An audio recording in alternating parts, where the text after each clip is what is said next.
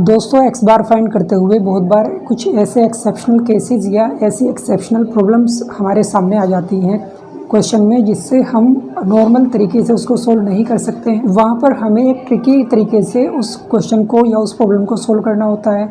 तो उसी तरह की किसी प्रॉब्लम को सोल्व करने के लिए हम कैसा स्टेप लेंगे, कैसे उस काम को करेंगे, तो ये आज मैं यहाँ पर सिखाने वाला हूँ।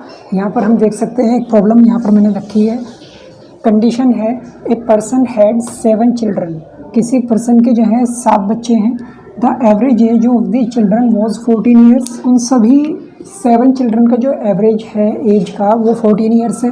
When one of the child died at the age of 8 year. जब उसमें से बताया कि कोई एक चाइल्ड है जो 8 ईयर्स की एज में डाइड हो गया है, मर गया है, तो उसने पूछा है what will be the average age of the remaining children after 5 years of this death. तो उसने पूछा है कि उस बच्चे की डेथ हो जाने के 5 साल बाद उन रिमेनिंग चिल्ड्रन की जो एवरेज एज है वो कितनी है।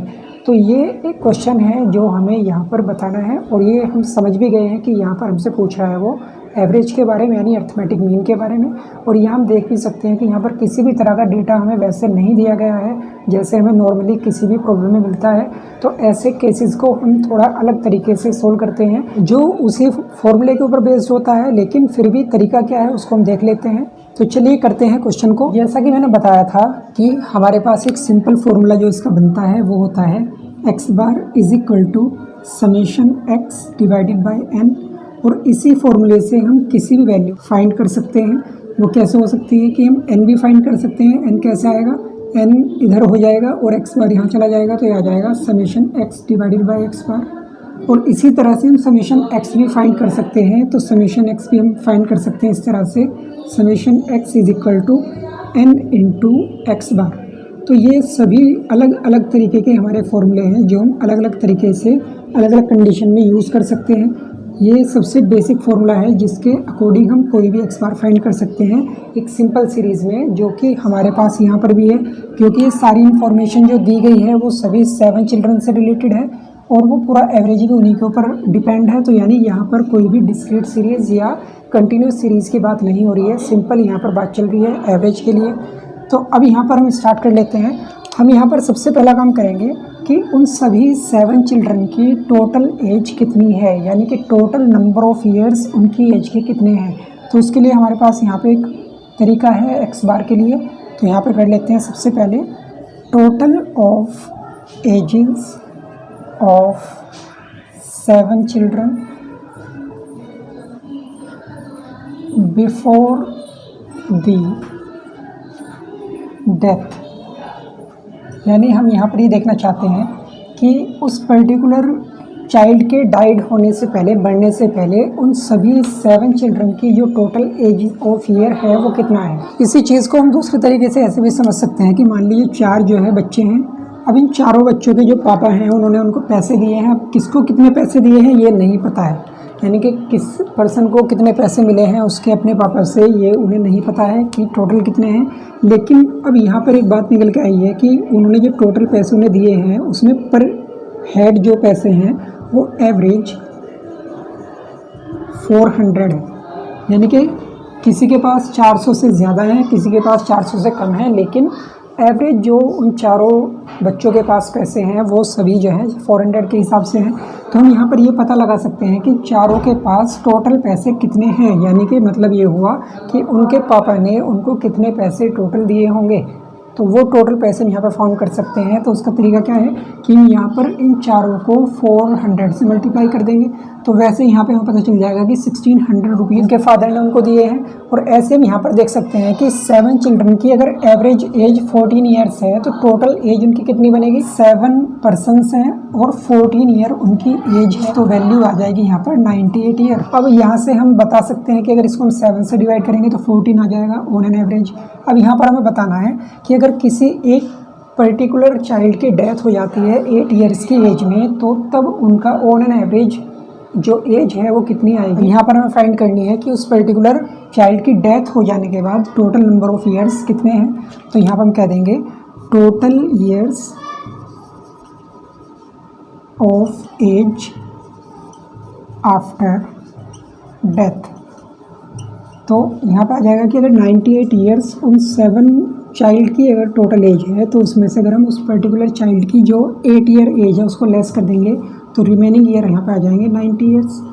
अब 90 ईयर्स जो एज बची है ये किसकी है, ये बचे हुए 6 चिल्ड्रन की एज है। तो यहाँ पर अब हम एवरेज वैल्यू निकाल सकते हैं, average age after death of a child. तो रिमेनिंग 6 चिल्ड्रन की एवरेज एज आ जाएगी यहाँ पर इस तरीके से। एक्स बार जो हम फाइंड करते हैं समीशन एक्स कितना आ जाएगा, इनका समीशन एक्स 90 है और एन कितना है, उसकी डेथ हो जाने के बाद 6 यहाँ पर चाइल्ड है तो 6 से जब 90 को डिवाइड करेंगे तो यहाँ पर वैल्यू आ जाएगी एक्स बार कितना 15 ईयर्स। और अब उसने ये कहा है कि 5 ईयर्स के बाद टोटल उनकी एज कितनी होगी, क्योंकि क्वेश्चन ये नहीं है, क्वेश्चन है कि उस पर्टिकुलर चाइल्ड की डेथ हो जाने के बाद 5 ईयर के बाद एवरेज एज कितनी है। तो जब हम एवरेज कर चुके हैं तो उसमें हम क्या करेंगे, 5 ईयर्स का और एक्सटेंशन कर देंगे, average age after 5 years of death. तो वैल्यू यहाँ पर आई है 15 years plus 5 year is equal to 20 years, यानी कि उन रिमेनिंग 6 चिल्ड्रन की जो ऑन एन एवरेज एज है वो 5 ईयर्स यानी डेथ के 5 ईयर्स के बाद 20 ईयर्स एवरेज एज हो जाएगी। तो ये था हमारा क्वेश्चन जिसमें हमने एक स्पेशल केस की बात की है, एक एक्सेप्शनल केस की बात की है, एक स्पेशल इसमें हमने काम किया है। वो क्या था कि एवरेज तो हमने फाइंड किया है लेकिन उसके लिए हमारे पास कोई सीरीज़ नहीं दी गई थी, हमने सिर्फ यहाँ पर इस फॉर्मूले को ही थोड़ा सा चेंज करके इसी से हमने उस क्वेश्चन को सोल्व कर लिया है। तो अगर कभी भी कोई ऐसी प्रॉब्लम हमें मिलती है किसी भी क्वेश्चन में तो हम उसको इस तरीके से इस फॉर्मूले में थोड़ा सा मैनिपुलेशन कह सकते हैं, चेंजेस कह सकते हैं, उसको करके फिर हम अपना आंसर दे सकते हैं। अब यहीं पर हम सीखेंगे कि वेटेड एवरेज किस तरीके से फाइंड किया जाता है। तो अब चलते हैं इस नेक्स्ट टॉपिक पे जो आज का हमारा दूसरा टॉपिक है। अब हमें पढ़ना है वेटेड अर्थमेटिक मीन या वेटेड एवरेज। यहाँ पर सबसे पहली बात ये है कि हम जो सिंपल एवरेज यहाँ पर फाइंड करते हैं वो होता है एक्स बार, और एक्स बार का एक सिंपल फॉर्मूला भी हमने भी देखा था जैसे summation x divided by n. यहाँ पर हम क्या करते हैं कि जो एक्स सीरीज़ में यानी कि जो डेटा हमारे पास है उस डेटा को हम सभी को इक्वलिटी के साथ ऐड कर लेते हैं और सभी को इक्वल नंबर के हिसाब से टोटल करके फिर हम एक्स बार यानी एक एवरेज यहाँ पर फाइंड कर लेते हैं। तो ये तो होता है यहाँ पर सिंपल एवरेज जिसको हम कहते हैं एक्स बार। लेकिन वेटेड एवरेज में यहाँ पर हम क्या करते हैं कि जो भी इसमें एक्स सीरीज़ में वैल्यूज़ हमारे पास अवेलेबल हैं उन सभी को उनकी इम्पोर्टेंस के अकॉर्डिंग पहले हम देते हैं उनको वैल्यू, और उस वैल्यू को देने के बाद फिर हम वहाँ पर वेटेड वैल्यू यहाँ पर फाइंड करते हैं। वेटेड का मतलब यहाँ पर है कि हम किसी भी वैल्यू को कितनी ज़्यादा इंपॉर्टेंस दे रहे हैं, यानी कौन हमारे लिए प्राइमरी इंपॉर्टेंस में है, कौन हमारे यहाँ पर सेकेंडरी इंपॉर्टेंस में है। तो जब हम इस तरीके से कोई भी क्वेश्चन सोल्व करते हैं तो उसको हम यहाँ पर वेटेड अर्थमेटिक मीन वाली कंडीशन में ले आते हैं। तो जब हम वेटेड एवरेज की बात करेंगे तो वहाँ पर जो फॉर्मूला होगा वो थोड़ा चेंज हो जाएगा। यहाँ पर हो जाता है x bar W is equal to summation x डब्ल्यू डिवाइडेड बाय समीशन W। तो इस तरीके से ये बन जाता है वेटेड एक्स बार के लिए इसका एक फॉर्मूला। अब ये इसमें क्या क्या चीज़ें हैं उसको देख लेते हैं। यहाँ पर है एक्स डब्ल्यू का मतलब होता है कि x की वे सारी वैल्यू जिसे हमने वेट से मल्टीप्लाई किया है। मतलब ये हुआ है कि x तो हो गए हैं सारे variables, x is equal two variables, और w का जो मीनिंग है वो है यहाँ पर वेट्स। तो x और w को जब हम मल्टीप्लाई कर लेंगे तो वो समेशन x w हो जाएगा, और फिर हमें समेशन w से उस वैल्यू को डिवाइड कर देना है तो x बार वेट वैल्यू में आ जाएगा। तो हम यहाँ पर देख लेते हैं इस फॉर्मूले को अप्लाई करने के लिए प्रॉब्लम, ताकि हम उसको और थोड़ा आसान तरीके से और प्रॉब्लम सोल्व करने के तरीके से समझ जाएं। वेटेड अर्थमेटिक मीन से रिलेटेड प्रॉब्लम देख लीजिए। Compute the weighted arithmetic mean of the index number from the data below. यहाँ पर सबसे पहली बात ये है कि एक बात यहाँ पे नहीं आई है, वो है इंडेक्स नंबर। इंडेक्स नंबर का मीनिंग होता है कि ईयर बाय ईयर जो भी इन्फ्लेशन की वजह से रुपीज़ की वैल्यू में कमी आई है या जो भी इन्फ्लेशन की वजह से जो भी चीज़ें महंगी हो गई हैं तो उन सभी के लिए हम क्या एक बेस तैयार रख सकते हैं। मतलब कहने का ये हुआ है कि जैसे हम ये कह सकते हैं कि अगर मान लीजिए 10 साल पहले कोई चीज़ आ रही थी ₹100 में, तो 10 साल के बाद वही चीज़ अब आ रही है मान लो 120 में, तो हम ये कहेंगे कि इसमें 20 रुपये जो आए हैं ये इन्फ्लेशन है। और अब अगर हम आने वाले टाइम के लिए अगर कोई भी चीज़ एक्सपेक्ट करेंगे कि कितने रुपए की हो जाएगी, तो वहाँ पर हम इसको कहेंगे बेस, और ये कहेंगे कि इसमें इन्फ्लेशन हुआ है 20 रुपीज़ का, और इस हिसाब से हम आने वाले टाइम के लिए इसका इंडेक्स नंबर बता सकते हैं कि आने वाले 15 साल बाद यही जो चीज़ आज हमें 120 में मिल रही है वो 15 साल बाद कितने की मिलेगी।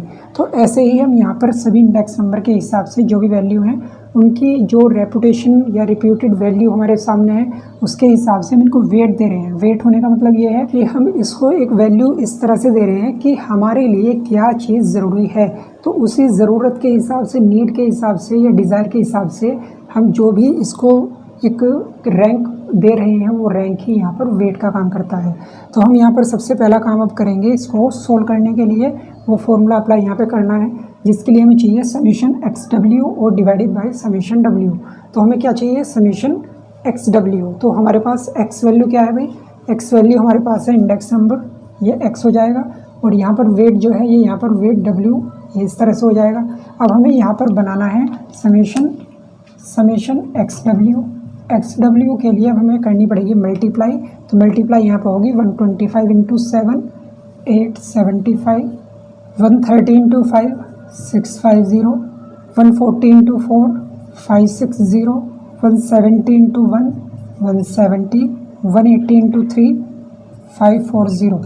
तो हमने सारी वैल्यूज़ यहाँ पे लिख ली हैं। तो ये सारी वैल्यू जो हमने लिखी हैं क्या बन गया है भाई, ये बना है XW। अब हम इसको जब टोटल करेंगे ये बन जाएगा समीशन XW 2795। अब हमें इसके एवरेज वैल्यू फाइंड करने के लिए चाहिए total of weights. Summation W इसको टोटल करेंगे 8, 13 और 7 20। तो हम अब यहाँ पे करने वाले हैं फॉर्मूला अप्लाई। फॉर्मूला है x bar W is equal to summation XW divided by summation W। तो वैल्यू यहाँ पर रख लेते हैं, समीशन XW है 2795 और समीशन W है 20। तो वैल्यू यहाँ पे आ जाएगी x bar weighted is equal to 139.75। तो ये आया है इस तरीके से वेटेड एवरेज।